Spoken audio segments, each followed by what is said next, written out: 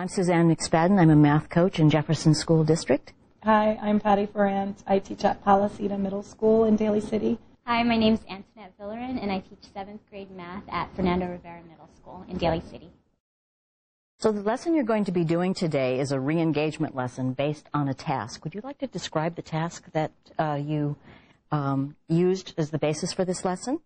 Yeah, it was, we chose a 7th grade task called Pizza Crust, and it involved area and perimeter, and asked students to find and calculate the area of pizza boxes and the perimeter. And I think the different pizza boxes were squares, rectangles, and circles. And then the questions, as it slowly developed, it started to give them constraints where, given a certain area, what would be the different perimeters. Can you talk a little bit about what re-engagement is and how you came to it?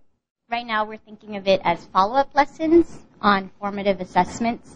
So we've given our students an assessment, kind of looked over what they know and what they don't know and their misconceptions. And then this re-engagement lesson is a lesson that we're using as a follow-up to address those misconceptions. So how did you go about preparing for this particular lesson? Well, first we gave our students the pizza crust task to see what they know, and then Patty graded it, and we looked at how students did, and we analyzed and made a list of what they really struggled with conceptually. So like if it was like distinguishing the difference between area and perimeter, we took notes on that and just kind of looked at what their strengths were and what their weaknesses were, and then developed our lesson based on that. We didn't want to focus just on the skills. I mean, they've been since 4th grade, calculating area and perimeter. And what we found is a lot in this class, a lot of the students do know how to calculate area and perimeter, but how to prove it, justify it, really, given constraints, understand what it means. They were struggling with that. And also the relationship between area and perimeter, like how they're related, rather than seeing them as separate. We saw them struggle with that too. So you've addressed two of the big mathematical ideas that I think are present in your lesson, both understanding the concept as opposed to the skill of calculation, and being able to both communicate or justify, prove, and communicate students' understanding of what area and perimeter are, how they're different, and how they're related. Are there any other big mathematical issues that you wanted to address in this particular lesson? Like proving why, going in depth rather than just knowing I multiply length times width, knowing why they do that and how you can prove it in the picture. And then really this lesson, because it is a 7th grade standard, we want to focus on that relationship, like given a constraint of area, what are all the different perimeters you can find, which is different than what they've probably done in the past in elementary school.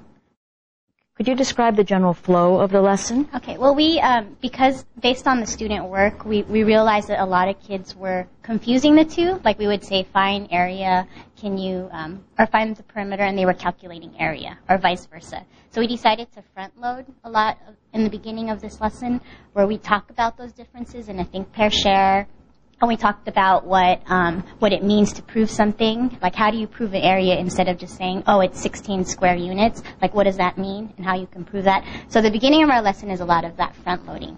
The big part of our lesson, the part that we find really important, not that part's not important, is the addressing the misconceptions. So Patty and I made a few posters, or we picked 5 examples of student work that we looked on the pizza crust problem with, and we chose 5, and we made posters for it, or 4. We made 4 of them, and we're going to have students do error analysis on that. Like, what was the student thinking? Is there any advice you can give to the student? Mm-hmm. That's a big part of our lesson that we want to get to. Stating that the name of the student in this in the pizza crust problem is Robbie, and stating that Robbie is confused about area and perimeter. What advice can you give him? How can you keep helping him? And then saying, well, Robbie thinks this, but his friend thinks this. And can who do you agree with and why? Prove it. And then even going more is showing, well, Robbie is still a little confused, and taking some of that student work and saying, this is what Robbie tried. Is he on the right track? What did he do? And hopefully having them see that, oh, this was a confusion with perimeter, not area. Because the last part is actually the part that almost every student struggled with when we went through the task. And that was designing different rectangles that had an area of 36, but different perimeters than the square.